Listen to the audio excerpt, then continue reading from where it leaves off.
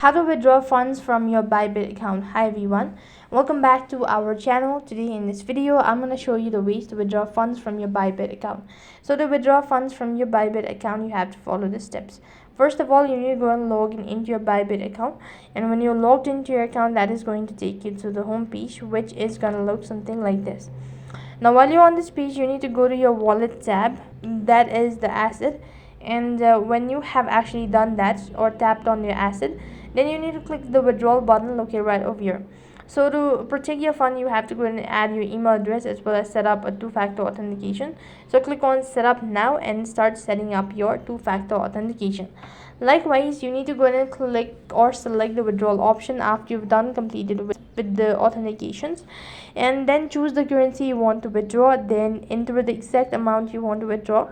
After that, select the withdrawal method, enter the withdrawal address, and you can go ahead and confirm the withdrawal. And that is how you can withdraw funds from Bybit account. That is all for this video. I hope the video was helpful. Make sure to like, share and subscribe to our channel. Thank you for watching. See you in the next video.